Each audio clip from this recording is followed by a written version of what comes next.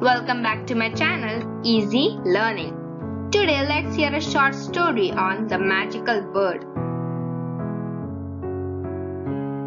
Long, long ago, there lived a magical bird by the name of Sindhuka in a thick forest.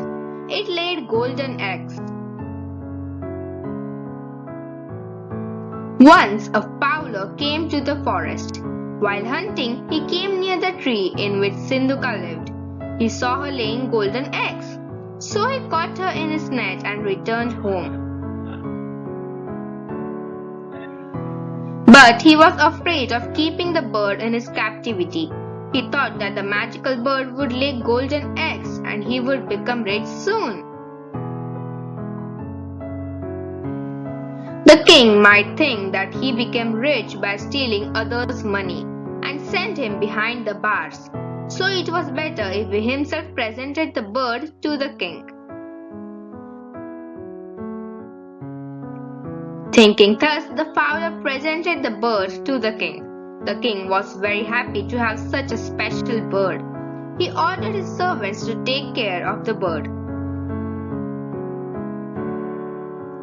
He wanted the bird to lay more and more golden eggs. But the attendant said to the king, "Your Majesty, this is all a hoax.